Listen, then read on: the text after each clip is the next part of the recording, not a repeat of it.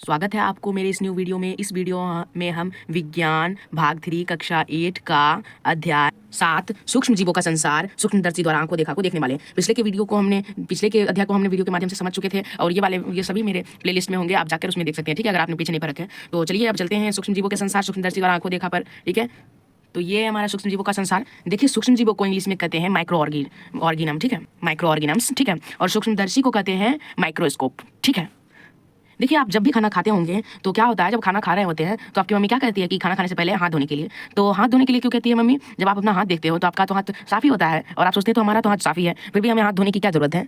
तो देखिए, ये क्यों धोने के लिए कहती है? क्योंकि हमारे हाथों पर अनेक सूक्ष्म जीव होते हैं जो हमारे पेट में जाकर हमें हानि पहुंचा सकते हैं, और जब हम हाथ धुल लेते हैं तो हमारे हाथ से क्या होता है, भाग जाते हैं, खत्म हो जाते हैं। ठीक है, इसलिए हमें खाना खाकर हाथ धोना पड़ता है ना, खाना खाने से पहले और खाना खाने के बाद भी हाथ धोना पड़ता है। ठीक है, तो देखिए, हमारे आसपास मिट्टी, हवा, पानी, यहाँ तक कि हमारे हाथ पर भी शरीर के विभिन्न भागों पर अनेक जीव हैं। ये ऐसे जीव हैं जिन्हें हम अपनी नंगी आंखों से नहीं देख सकते हैं। ठीक है, अब देखिए, सूक्ष्म जीवों के अध्याय में जाने से पहले हम सूक्ष्म जीव के बारे में जान लेते हैं। तो सूक्ष्म जीव का यानी कि परिभाषा है कि ऐसे जीव जिन्हें हम अपनी नंगी आंखों से नहीं देख सकते वो क्या कहलाते हैं? सूक्ष्म जीव कहलाते हैं। ठीक है, और देखिए, सूक्ष्मदर्शी किसे कहते हैं? तो देखिए, यह एक ऐसा यंत्र है जिसकी सहायता से हम सूक्ष्म जीव या नंगी आंखों से ना दिख जाने वाली वस्तुओं को देख पाते हैं। ठीक है, तो देखिए, हमारा सबसे पहला पॉइंट है सूक्ष्मदर्शी। ठीक है, जिसे इंग्लिश में माइक्रोस्कोप कहते हैं। तो आपको बच्चों पता होना चाहिए कि हम अपनी आंखों यानी नंगी आंखों से अधिक मिलीमीटर के 10वें भाग के बराबर तक की वस्तुओं को ही देख सकते हैं, जबकि सूक्ष्म जीव मिलीमीटर के 1000वें लाखवें भाग या उससे भी छोटे होते हैं। अतः इन सूक्ष्म जीवों को देखने के लिए एक विशेष प्रकार के यंत्र की जरूरत होती है जिसे सूक्ष्मदर्शी कहते हैं। ठीक है, तो देखिए, ये हमारा क्या है? सूक्ष्मदर्शी। ठीक है, इसको आपको कॉपी में बना लेना है। ठीक है, ये आपको याद होना चाहिए कि कैसा होता है। ठीक है, देखिए, ये हमारा नेत्रिका है। ठीक है, यहाँ पर हम आंख डाल के किसी वस्तु को देखते हैं। ठीक है, यहाँ ये हमारा स्लाइड है। ठीक है, ये क्या है? हमारा स्लाइड है। इसको क्या कहते हैं? वस्तु लेंस। देखिए, नेत्रिका को इंग्लिश में आई प्रिंस कहते हैं। ठीक है, और वस्तु लेंस को कहते हैं ऑब्जेक्टिव लेंस। और ये हमारा क्या है? स्टेज। ठीक है, और यहाँ हमारे स्लाइड पर रखते हैं किसी चीज को। ठीक है, यहाँ लाइट होता है। ठीक है, और जब हम इधर से देखते हैं तो यहाँ लाइट के माध्यम से यहाँ से हम क्या करते हैं? सूक्ष्मदर्शी को देख सकते हैं। ये हमारा क्या है? कोरस फोकस और ये हमारा फाइन फोकस है। ठीक है, इसको आपको याद रहना चाहिए। ठीक है, और इसे आप कॉपी में बनाएंगे। ठीक है, आगे चलते हैं। देखिए, आप लिखेंगे कि सूक्ष्मदर्शी का खोज डच के रहने वाले वैज्ञानिक एडवर्ड लीवनहॉक ने 1668 में क्या किया था? सूक्ष्मदर्शी का खोज यानी कि खोज किया था। ठीक है, और एक चीज और लिखेंगे कि आप 1887 में फ्रांस के वैज्ञानिक लुई पास्चर ने बताया कि किण्वन सूक्ष्म जीव यीस्ट के कारण होता है। ठीक है, तो देखिए, अब हम सूक्ष्म जीवों का वर्गीकरण के बारे में जानते हैं। ठीक है, तो देखिए, सूक्ष्म जीव विशेषतः कितने प्रकार के होते हैं? 5 प्रकार के। जैसे जीवाणु, जिसे इंग्लिश में बैक्टीरिया कहते हैं। ठीक है, दूसरा प्रोटोजोआ, तीसरा कवक, जिसे इंग्लिश में फंगी कहते हैं, शैवाल, जिसे इंग्लिश में एल्गी कहते हैं। ठीक है, और विषाणु, जिसे वायरस कहते हैं इंग्लिश में। देखिए, विषाणु को कुछ लोग यानी कि कुछ लोग कहते हैं सजीव और कुछ लोग निर्जीव, यानी कि ये क्या स्थायी है। ठीक है, अब देखिए, जीवाणु का प्रकार एक है स्पाइरल जीवाणु और एक है छठमा जीवाणु। और वहीं देखिए, शैवाल में भी 2 प्रकार है शैवाल के, जैसे एक है एक है क्लेमाइडोमोनास और एक है स्पाइरोगायरा, और एक है, बस इतना ही है शैवाल का। और एक है प्रोटोजोआ का भी 2 प्रकार है, एक है अमीबा, एक है पैरामीशियम। अब नीचे चलते हैं तो देखिए, नीचे में आ जाता है कवक। ये 3 प्रकार का है। एक है राइजोप्स, जिसे ब्रेड मोल्ड भी कहते हैं, और एक है पेनिसिलियस और एक है एस्परजिलस। ठीक है, अब आगे चलते हैं। देखिए, सूक्ष्म जीवों का निवास। देखिए, सूक्ष्म जीव हमारे सभी जगह पाए जाते हैं, हवा, पानी, मिट्टी, यहाँ तक कि हमारे शरीर के अंदर और बाहर दोनों तरफ पाए जाते हैं। सूक्ष्म जीव अत्यंत विषम पर्यावरण में प्रतिकूल स्थितियों में भी पाए जाते हैं। बर्फीली चट्टान, गर्म झरने, मरुस्थल, समुद्र की तीली, दलदल आदि सभी जगह पर पाए जाते हैं। और देखिए, कुछ सूक्ष्म जीव स्वतंत्र रूप से पाए जाते हैं। ठीक है, और कुछ परजीवी या सहजीवी रूप में दूसरों जीवों पर निर्भर करते हैं। ठीक है, देखिए, अमीबा जैसे सूक्ष्म जीव अकेले स्वतंत्र रूप में पाए जाते हैं, जबकि कुछ जीवाणु या कवक समूह या झुंड में पाए जाते हैं। ठीक है, अब आगे चलते हैं। अब देखिए, ये है 7.4 की सूक्ष्म जीव, कुछ मित्र कुछ शत्रु। देखिए, कुछ सूक्ष्म जीव हमारे लिए लाभदायक भी होते हैं और कुछ हमारे लिए शत्रु भी होते हैं। जैसे कि आप तो जानते हैं कि सूक्ष्म जीव सभी जगह पाए जाते हैं, है ना, हर पल हर जगह, यानी कि सूक्ष्म जीवों से हमारा वास्ता होते रहता है ना। तो देखिए, सूक्ष्म जीव हमारे लिए मित्र और शत्रु दोनों है। ठीक है, अब देखिए, हम चलते हैं आगे। तो सबसे पहला आगे वाला पॉइंट है कि उपयोगी या मित्रवत सूक्ष्म जीव। ठीक है, तो देखिए, बहुत सारे सूक्ष्म जीव हमारे मित्र भी हैं। देखिए, हम अपने दैनिक जीवन में घरेलू से लेकर औद्योगिक उत्पादन में प्रक्रियाओं में सूक्ष्म जीवों का महत्वपूर्ण स्थान है। अब देखिए, आप कुछ मित्रवत सूक्ष्म जीवों को लिखेंगे कि जैसे क्या है कि दही, पनीर, पावरोटी, केक, यीस्ट, सिरका, एंटीबायोटिक, दवाई इत्यादि, ये सभी क्या है? सूक्ष्म जीव है। ठीक है, मित्र सूक्ष्म जीव। और आगे चलते हैं। अब देखिए, सूक्ष्म जीवों का घरेलू उपयोग है। ठीक है, अब देखिए, दही में भी एक सूक्ष्म जीव पाया जाता है, जिसे क्या कहते हैं? लैक्टोबैसिलस। तो इसके अंदर आप लिखेंगे कि दही में पाया जाने वाला सूक्ष्म जीव प्रमुख लैक्टोबैसिलस है, जो दूध को में तेजी से गुणन करके क्या करता है कि दूध को दही में बदल देता है। ठीक है, तो देखिए, आपने जलेबी, डोसा, इडली या भटूरा आदि को लेकर जरूर खाया होगा। इन सभी को बनाने से पहले आप देखे होंगे कि इन सभी को बनाने से पूर्व तैयारी उनके निर्माण में लगा देते हैं ना। इसे बनाने से पहले ही इसे 8-10 घंटे पूर्व ही इसे शुरू कर देते हैं ना। देखिए, जलेबी के मैदा में इडली या डोसा के लिए पीसे हुए चावल या उड़द दाल का घोल बनाकर 8 या 10 घंटे के लिए छोड़ दिया जाता है। तो देखिए, इसमें अवधि में जीवाणुओं की सक्रियता के कारण घोल का आयतन काफी बढ़ जाता है ना। तो इसके अंदर ये कैसे बढ़ता है कि इसके अंदर सूक्ष्म जीव जो यीस्ट होते हैं, ये इसके अंदर गुणन कर जाते हैं। ठीक है, गुणन करके क्या करते हैं कि इसका आयतन बढ़ा देते हैं। ठीक है, और आगे चलते हैं। अब देखिए, अगला मेरा अगला हमारा पॉइंट है 7.7 वाणिज्यिक और औद्योगिक उपयोग में। ठीक है, तो देखिए सिरका एक जामुन आदि फलों से बनता है। ठीक है, और इसमें सूक्ष्म जीव की भूमिका महत्वपूर्ण है। एक या अन्य फलों के रस में प्राकृतिक शर्करा पाया जाता है। सूक्ष्म जीव यीस्ट यानी प्राकृतिक शर्करा पर क्रिया करके उसे सिरका में बदल देते हैं। ठीक है, औद्योगिक स्तर पर बड़े पैमाने पर अल्कोहल, सिरका, एसिडिक एसिड आदि निर्माण में सूक्ष्म जीवों का व्यापक उपयोग होता है। ठीक है, अब देखिए यीस्ट जैसे सूक्ष्म जीव जय, गेहूं, चावल या फलों के रस में उपस्थित प्राकृतिक शर्करा पर क्रिया करके उसे अल्कोहल, सिरका आदि में बदल देते हैं। देखिए सूक्ष्म जीव द्वारा परिवर्तन की इन क्रिया को क्या कहते हैं? किण्वन कहते हैं। ठीक है, अब देखिए किण्वन प्रक्रिया में की खोज क्या किया था? फ्रेंच वैज्ञानिक लुई पास्चर ने 1857 में किया था। ठीक है, और आगे चलते हैं। देखिए अब अगला हमारा पॉइंट है और औषधीय उपयोग। तो देखिए आपने अक्सर सुना होगा कि देखिए बीमारी की स्थिति में चिकित्सा एंटीबायोटिक, गोली, कैप्सूल या सुई के रूप में देते हैं ना। देखिए कटने फटने, चोट लगने या बुखार लगने पर क्या होता है? ऑपरेशन आदि के इस प्रकार दवाओं का उपयोग होता है। ठीक है, देखिए एंटीबायोटिक दवाएं बीमारी पैदा करने वाले सूक्ष्म जीव को या तो मार देती है या उसकी वृद्धि को रोक देती है। ठीक है, एंटीबायोटिक दवाएं भी सूक्ष्म जीवों को संवर्धन से बनती है। ठीक है, अब देखिए ये पेनिसिलिन, स्ट्रेप्टोमाइसिन, टेट्रासाइक्लिन, एरिथ्रोमाइसिन आदि कुछ ऐसे एंटीबायोटिक है जिनका निर्माण जीवाणुओं, कवक आदि के संवर्धन में किया जाता है। ठीक है, अब देखिए सूक्ष्म जीव से एंटीबायोटिक की खोज की कहानी भी बहुत रोचक है। ठीक है, अलेक्जेंडर फ्लेमिंग नामक एक वैज्ञानिक थे। ठीक है, जो सूक्ष्म जीवों को प्रयोगशाला में देख रहे थे। ठीक है, अब देखिए जिससे जीवाणु जनित रोग का बचाव हो सके। ठीक है, अब देखिए प्रयोग के क्रम में उन्होंने पाया कि सूक्ष्म जीव की यानी संख्या वृद्धि नहीं हो पा रही थी। तभी उसकी नजर क्या हुआ? संवर्धन में प्लेट पर लगे कुछ फफूंदी पर पड़ा। ठीक है, बीजाणुओं पर पड़ा। ठीक है, गहन अवलोकन के बाद उन्होंने पाया कि फफूंदी जीवाणु की वृद्धि को रोक रहे हैं। ठीक है, देखिए फफूंदी बहुत सारे जीवाणुओं को नष्ट कर दे रहे थे। ठीक है, उसके अंदर तब देखिए उनकी समझ में आया कि जीवाणुओं की संख्या क्यों नहीं बढ़ रही, और इस प्रकार क्या हुआ कि जीवाणु रोधक फफूंदी पेनिसिलिन नामक एंटीबायोटिक दवाई बनाई गई। ठीक है, आगे चलते हैं। देखिए वर्तमान समय में एंटीबायोटिक का प्रयोग व्यापक रूप में किया जा रहा है। ठीक है, न केवल मनुष्य बल्कि पशुओं और पेड़ पौधे में भी सूक्ष्म जीव जनित रोगों से बचाव के लिए एंटीबायोटिक दवाई का भी उपयोग किया जाता है। ठीक है, अब देखिए आगे चलते हैं। देखिए आपने सुने होंगे कि बहुत से बच्चों को क्या करता है? छोटे छोटे बच्चों को टीका लगाया जाता है। ये टीका क्यों लगाया जाता है? तो देखिए उसके अंदर क्या होता है कि ना बच्चों को टीका दिया जाता है। देखिए चेचक, क्षय, हैजा, हेपेटाइटिस आदि इन बीमारियों से बचाव के लिए संबंधित रोग के लिए टीका या वैक्सीन दिया जाता है। अब देखिए ये टीका क्या होता है कि वैक्सीन भी सूक्ष्म जीवों से बनाया जाता है। टीका या वैक्सीन भी सूक्ष्म जीवों से ही बनाया जाता है। ठीक है, देखिए बचपन में भी आपको इनमें से कई रोगों से बचाव के लिए क्या क्या होगा? टीका लगाएगा। इसके अंदर क्या होता है कि इसके अंदर सूक्ष्म जीव यानी कि टीके का सूक्ष्म जीव यानी कि हैजा या क्षय रोग जिससे होता है। ठीक है, उसी को क्या किया जाता है कि इतना कमजोर बनाकर दिया जाता है कि वह रोग उत्पन्न नहीं कर पाते हैं। ठीक है, और इसके अंदर क्या होता है कि जब रोग उत्पन्न नहीं कर पाते हैं तो हमारा शरीर क्या करता है कि उस हमारे शरीर का जो अच्छा जो यानी जो बीमारियों से लड़ते हैं वो क्या करते हैं कि इन सूक्ष्म जीवों से लड़के उसे खत्म कर देते हैं और अपना फौज और बढ़ा लेते हैं। ठीक है, और जिससे कभी भी उस बच्चे को यह बीमारी नहीं हो पाती है। ठीक है, अब देखिए आगे चलते हैं कृषि में सूक्ष्म जीव। ठीक है, तो देखिए आप जानते हैं कि नाइट्रोजन गैस वायुमंडल में सबसे अधिक है। ठीक है, और देखिए पेड़ पौधे के लिए उचित विकास या खासकर प्रोटीन के निर्माण में नाइट्रोजन की अति आवश्यक है। लेकिन पौधे यह आसानी से यानी कि पौधे की यह क्षमता नहीं होती कि वो वायुमंडल से नाइट्रोजन को सीधे सीधे ग्रहण कर सके।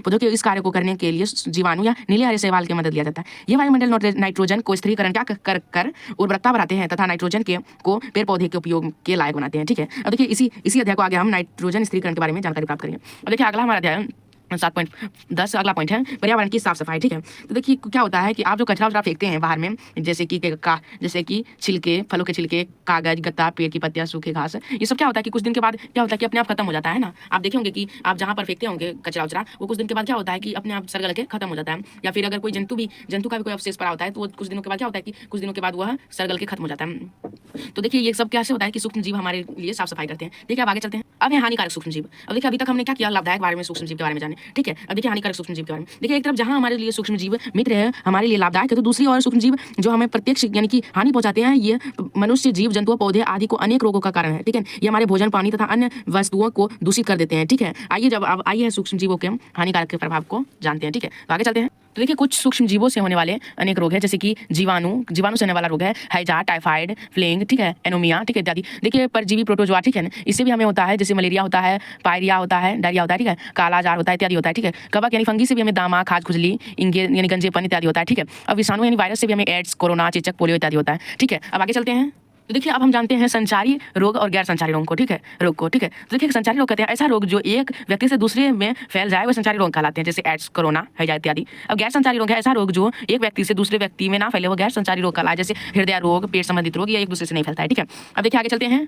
देखिए सूक्ष्म जीव जनित रोग संपर्क के अतिरिक्त कुछ कीटों एवं जंतुओं के माध्यम से भी फैलते हैं। वास्तव में कीट या जंतु रोग उत्पन्न करने वाले सूक्ष्म जीव के वाहक का कार्य करते हैं, इसलिए इन्हें क्या कहते हैं? रोग वाहक यानी वैक्टर। ठीक है, देखिए मलेरिया, डेंगू, टाइफाइड आदि रोग जनित रोग है। ठीक है, देखिए प्लाज्मोडियम एक प्रोटोजोआ है, मादा एनोफिलीज मच्छर इसका वाहक है। जब यह मच्छर किसी मलेरिया संक्रमित व्यक्ति का रक्त चूसता है तो यह रक्त के साथ उसके शरीर में चला जाता है, जहां यह गुणित होकर पुनः जब मादा एनोफिलीज मच्छर स्वस्थ मनुष्य के रक्त को चूसता है तो यह मलेरिया परजीवी स्वस्थ मनुष्य के शरीर पर पहुंच जाता है। इस प्रकार स्वस्थ मनुष्य भी संक्रमित हो जाता है। ठीक है, आगे चलते हैं। तो देखिए अगर ये रोग बाहर कैसे होते रहे तो हम तो प्रॉब्लम में फंस सकते हैं, यानी कठिनाई में फंस सकते हैं। इसलिए देखिए इससे बचने के लिए उपाय है कि देखिए कि हम अपने आसपास की साफ सफाई पर ध्यान दें, कहीं भी पानी जमा नहीं होने दें, कूड़े कचरे का सही तरीके से निपटान करें, भोजन पानी को ढककर रखें, घर के आसपास की सभी जगह पर पानी का जमाव नहीं होने दें। ठीक है, नाला या गड्ढा समय समय पर किरोसिन तेल या ब्लीचिंग पाउडर आदि का छिड़काव करते रहना चाहिए, है ना।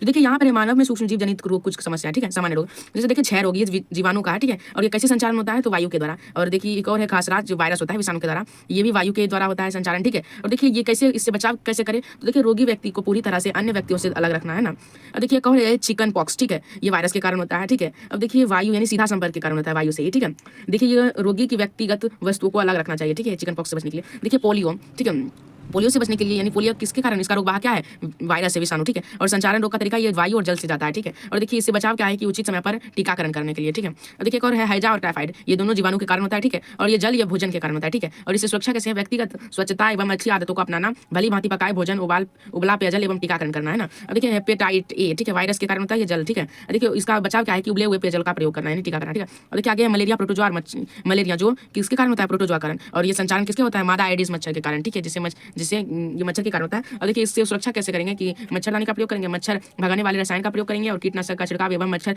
के प्रजनन को रोकने के लिए जल को किसी भी स्थान पर एकत्रित न होने देंगे। ठीक है, और देखिए आगे हम कि पौधे तथा जंतुओं में रोग कारक। ठीक है, अभी तक हमने क्या किया कि अपने बारे में जाना कि हमारे लिए ये लाभ हानिकारक होता है। ठीक है, अब हम जानते हैं जंतुओं में भी होता है, यानी पौधे में भी होता है और जंतुओं में भी होता है। ठीक है, आगे चलते हैं। तो देखिए यहाँ पर सूक्ष्मजीव जनित पौधे के सामान्य रोग है, जैसे गेहूं का रस्ट, ये कवक के द्वारा होता है, और वायु एवं बीज संचालन का तरीका। ठीक है, देखिए नींबू का कैंसर, ये जीवाणु के कारण होता है, वायु के द्वारा ही पहुंचता है। ठीक है, भिंडी का पित्त रोग वायरस के कारण होता है, ये कीट के द्वारा होता है। कीट जब जाता है भिंडी पर, बस क्या होता है, इसको पित्त रोग धर लेता है। देखिए सूक्ष्मजीवों द्वारा जंतुओं में उत्पन्न होने वाला भयानक रोग एंथ्रेक्स है, ये जीवाणुओं द्वारा होता है। रॉबर्ट कोच नामक वैज्ञानिक ने 1976 में इस बीमारियों का कारण जीवाणुओं बैसिलस एंथ्रेक्स की खोज की थी। ठीक है, इसके अतिरिक्त गाय में खुर तथा मुंह पका रोग विषाणु के कारण होता है। ठीक है, आगे चलते हैं।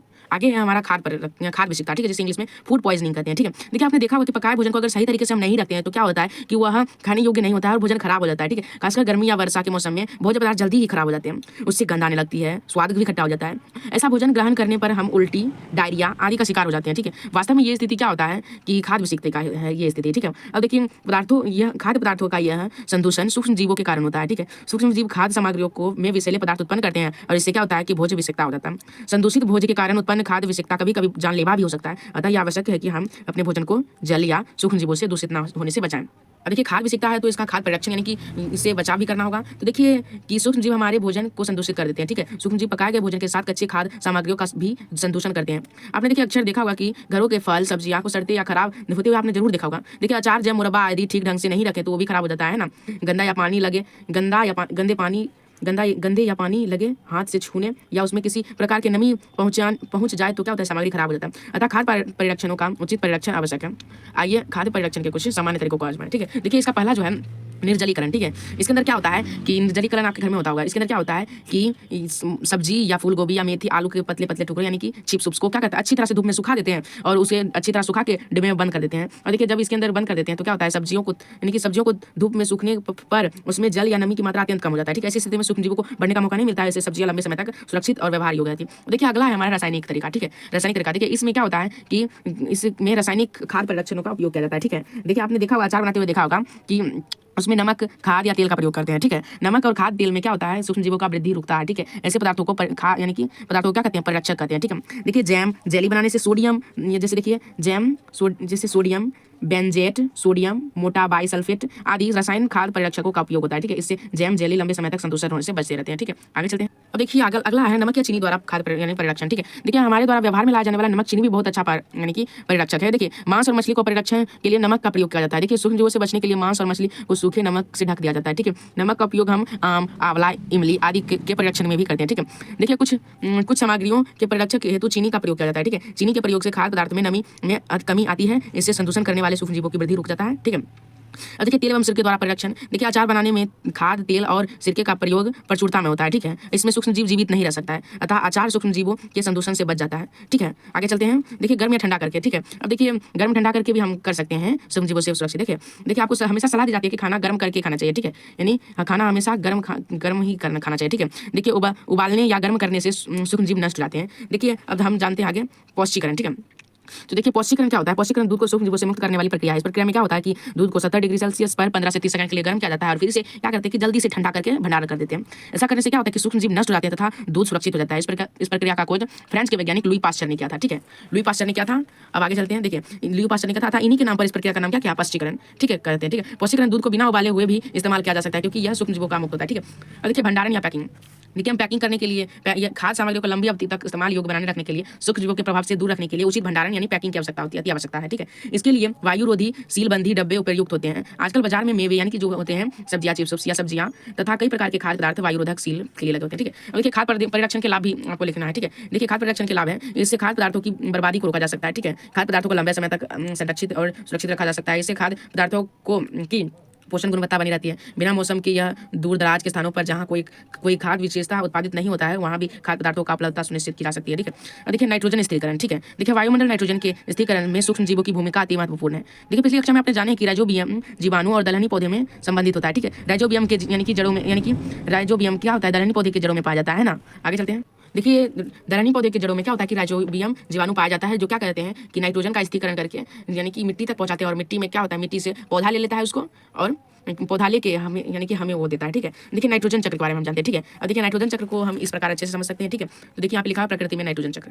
देखिए ये आपको याद करना होगा, या पढ़ सकते हैं, ठीक है। देखिए वायुमंडल नाइट्रोजन, देखिए वायुमंडल नाइट्रोजन का जीवाणु या नीले हरे शैवाल द्वारा स्थिरीकरण हो जाता है, ठीक है। और जीवाणु द्वारा स्थिर नाइट्रोजन को नाइट्रोजनी यौगिकों में परिवर्तन करना, मिट्टी में उपस्थित नाइट्रोजन के यौगिक, ठीक है। उसके बाद फिर क्या होता है जीवाणु द्वारा नाइट्रोजन यौगिक का गैसीय नाइट्रोजन में परिवर्तन होना, ठीक है। और फिर नाइट्रोजन वायुमंडल में बन जाना। फिर देखिए एक है तरित द्वारा नाइट्रोजन का स्थिरीकरण। फिर देखिए तरित से यहाँ पे आएगा मिट्टी द्वारा उपस्थित नाइट्रोजन यौगिक और फिर जीवाणु द्वारा नाइट्रोजन यौगिक का गैसीय नाइट्रोजन परिवर्तन फिर उधर आता है, ठीक है। एक और है कि नाइट्रोजन मिट्टी में कैसे होता है। देखिए पहले क्या होता है, पौधे द्वारा अवशेषण हो जाता है, फिर क्या करते हैं कि जंतु द्वारा खाना खा लेते हैं उसे और फिर से उत्सर्जन कर देते हैं, यानी कि मृत्यु के द्वारा उत्पन्न नाइट्रोजन का अपशिष्ट, है ना। यानी कि सभी चक्र हैं, ठीक है। अब हमने इसको सभी को देख लिया है। देखिए आपको ये सभी जो भी नए शब्द होते हैं इसे आपको याद कर लेना चाहिए क्योंकि आपके लिए बहुत ही ज़्यादा हेल्पफुल है, ठीक है। तो चलिए हम अब नोट्स को देखते हैं, ठीक है। तो देखिए हमारा पहला नोट्स है कि देखिए सूक्ष्म जीव अत्यंत सूक्ष्म होते हैं जिन्हें हम अपनी नंगी आंखों से नहीं देख सकते हैं, ठीक है। विशेष यंत्र सूक्ष्म जीवों की सहायता से सूक्ष्मदर्शी को देखा जा सकता है, ठीक है। सूक्ष्म जीव सभी जगह पाए जाते हैं तथा हर प्रकार के पर्यावरण में जीवित रहते हैं, ठीक है। सूक्ष्म जीव कवक, प्रोटोजोआ, शैवाल सूक्ष्म जीवों के प्रमुख वर्ग है। विषाणु संचारनात्मक भिन्नता के बावजूद भी सूक्ष्म जीव में शामिल होता है, ठीक है। देखिए विषाणु परपोषी के संक्रिया होकर अपना गुणन करते हैं, ठीक है। सूक्ष्म जीव हमारे लिए लाभदायक और हानिकारक दोनों हैं। सूक्ष्म जीव घरेलू, औद्योगिक, औषधीय, पर्यावरण दृष्टिकोण से लाभदायक है। देखिए जैव विघटनीय अपशिष्टों का अपघटन कर सूक्ष्म जीव पर्यावरण को क्या कहते हैं, शुद्ध रखने में मदद करते हैं, ठीक है। देखिए सूक्ष्म जीव मनुष्य, जीव जंतु तथा पेड़ पौधे के लिए रोगकारक है, ठीक है। कुछ कीट जीव जंतु सूक्ष्म जीवों के वाहक होते हैं। सूक्ष्म जीव खाद्य पदार्थों की विषाक्तता कर देते हैं, खाद्य पदार्थों को विषाक्तता कर देता है। देखिए खाद्य पदार्थों का गुणवत्ता, उपलब्धता तथा मानव स्वास्थ्य की दृष्टि से खाद्य परिरक्षण जरूरी है। वायुमंडलीय नाइट्रोजन के स्थिरीकरण से तथा वायुमंडल के नाइट्रोजन का पुनः पूर्ति में सूक्ष्म जीवों की महत्वपूर्ण भूमिका है, ठीक है। क्वेश्चन आंसर को देख लेते हैं। देखिए सही विकल्प को चुनना है, ठीक है। देखिए सूक्ष्म जीव जो परपोषी में गुणन करता है तो क्या कहलाता है, वो विषाणु कहलाता है ना, विषाणु कहलाता है। लाइट नहीं आ रही होगी, हम इसको बढ़ा देते हैं, ठीक है। अब आगे चलते हैं। देखिए यहाँ पर है हमारा दूध को दही में बदलने वाला सूक्ष्म जीव है, तो देखिए लैक्टोबैसिलस है ना। मलेरिया रोग का कारक है, तो मलेरिया रोग का कारक है हमारा प्रोटोजोआ। देखिए चीनी को अल्कोहल में परिवर्तन करने वाला प्रक्रम क्या है, किण्वन, ठीक है। पाँव रोटी या इडली में फूलने वाला कारक क्या है, यीस्ट। रिक्त स्थानों को पूर्ति करना है। देखिए विशेष यंत्र सूक्ष्मदर्शी, इधर लिखना है आपको, सूक्ष्मदर्शी का उपयोग सूक्ष्म जीवों को देखने के लिए किया जाता है, ठीक है। दलहनी पौधे के जड़ों में क्या कहते हैं, राइजोबियम जीवाणु रहता है। देखिए पोलियो, ठीक है, पोलियो किसके कारण होता है, तो देखिए पोलियो वायरस के कारण होता है, ठीक है। मलेरिया परजीवी का वाहक क्या है, मादा एडिस मच्छर, ठीक है। देखिए सिरका का उत्पादन किसके द्वारा किया जाता है, यीस्ट नामक सूक्ष्म जीव की सहायता से किया जाता है। और देखिए सही या गलत लगाना है, ठीक है। देखिए सूक्ष्म जीव केवल मिट्टी में मिलते हैं, नहीं, सूक्ष्म जीव हमारे लिए सभी जगह पाए जाते हैं, ठीक है। सूक्ष्म जीव को हम नंगी आंखों से नहीं देख, सूक्ष्म जीवों को हम नंगी आंखों से देख सकते हैं, नहीं, हम सूक्ष्म जीवों को नंगी आंखों से नहीं देख सकते, इसे विशेष यंत्र सूक्ष्मदर्शी के द्वारा देखते हैं। डेंगू मादा मच्छर एडिस के काटने से होता है, सही, हाँ। मादा एनोफिलीज मच्छर मलेरिया परजीवी का वाहक है, ये भी सही है। यीस्ट एक शैवाल है, तो देखिए यीस्ट एक शैवाल नहीं है। देखिए चेचक के टीके का खोज एडवर्ड जेनर ने की थी, हाँ। देखिए वायुमंडल नाइट्रोजन के स्थिरीकरण से मिट्टी की उर्वरकता घटती है, नहीं, बढ़ती है। देखिए टाइफाइड विषाणु से होने वाला रोग है, तो इसका है उत्तर नहीं, टाइफाइड जीवाणुओं से होता है। अब आगे चलते हैं, ठीक है। तो देखिए यहाँ पर मिलान करना है, चलिए इसे कॉपी में समझते हैं, नहीं हम इधर से समझ लेते हैं, ठीक है। देखिए राइजोबियम जीवाणु होता है। देखिए राइजोबियम हमारे कहाँ पर पाया जाता है, तो देखिए राइजोबियम जीवाणु नाइट्रोजन को स्थिरीकरण करते हैं। देखिए अब देखिए प्लाज्मोडियम क्या करता है, मलेरिया रोग है, ठीक है। अब देखिए लैक्टोबैसिलस, दूध को दही में जमाना, ठीक है। किण्वन सिरका निर्माण करता है। एंथ्रेक्स जंतु रोग है, ठीक है। अब देखिए सूक्ष्म जीवों को देखने के लिए विशेष यंत्र सूक्ष्मदर्शी की जरूरत होती है, क्यों? तो देखिए इसका होता है हम अपनी आंखों से मिलीमीटर के 10वें भाग तक ही देख सकते हैं, वहीं सूक्ष्मजीव मिलीमीटर के लाखवें हजारवें भाग पर या उससे भी अधिक छोटे होते हैं, इसलिए हमें विशेष यंत्र सूक्ष्मदर्शी की जरूरत होती है, ठीक है। आगे चलते हैं। सूक्ष्मजीव हमारे मित्र है कैसे? देखिए सूक्ष्मजीव के कारण हमारे शरीर में नाइट्रोजन आता है, ठीक है। और देखिए इसी की वजह से मिट्टी की उर्वरता बढ़ती है, इसी की वजह से हम दही खाते हैं, ठीक है। ये हमारे लिए मित्र ही नहीं परम मित्र है, ठीक है। आगे चलते हैं। क्वेश्चन नंबर 7 कि ईस्ट और चीनी के साथ मैदे को गूंथकर कुछ देर छोड़ देने के बाद मैदे का आयतन क्यों बढ़ जाता है? तो देखिए इसका उत्तर है कि क्योंकि यीस्ट अपना इसके अंदर क्या करते हैं, किण्वन करते हैं, ठीक है। नाइट्रोजन और देखिए सूक्ष्मजीवों द्वारा होने वाली हानियों का विवरण दीजिए। तो इसका उत्तर हमें सूक्ष्मजीवों से हानियां भी हैं, कुछ सूक्ष्मजीवों से हमें रोग हो जाते हैं, सूक्ष्मजीवों के कारण खाद्य आवश्यकता हो जाता है, सूक्ष्मजीवों के कारण ही पौधे को भी हानियां होती है, इसलिए ये क्या होता है सूक्ष्मजीव हमारे, यानी कि हमने इसका विवरण दे दिया, ठीक है। अब देखिए नीचे वाला क्वेश्चन है कि नाइट्रोजन चक्र कैसे संचालित होता है, तो इसके अंदर आपको इसको बना लेना है, ठीक है। इसको अच्छे से पौष्टिकरण से आप क्या समझते हैं, तो इसका उत्तर है पौष्टिकरण दूध को सूक्ष्मजीवों से मुक्त करने वाली प्रक्रिया। इस प्रक्रिया में क्या करते हैं, दूध को 70 डिग्री या 70 डिग्री में 15 से 30 सेकंड के लिए गर्म किया जाता है, फिर शीतलता से ठंडा कर लिया जाता है। ऐसा करने से दूध में उपस्थित सूक्ष्मजीव नष्ट हो जाते हैं, ठीक है। और इस वैज्ञानिक का खोज लुई पास्चर ने किया था, ठीक है। और इन्हीं के नाम पर इसका नामांकन भी किया गया, ठीक है। आशा करता हूँ आपको इस वीडियो में कुछ ना कुछ जानकारी मिली होगी। इस वीडियो में ये वीडियो काफ़ी मेहनत से बनाया गया है, ठीक है। इसलिए जाने से पहले इस वीडियो को सब्सक्राइब जरूर करें, और अगर इसके अंदर कुछ ना कुछ गलती है हुई होगी तो कमेंट्स में हमें जरूर बताएं ताकि हम इसे सुधार सकें, ठीक है। और आशा करते हैं कि आपको इसमें कुछ ना कुछ ज्ञान मिला होगा। मिलेंगे कभी और वीडियो के लिए, तब तक के लिए बाय बाय।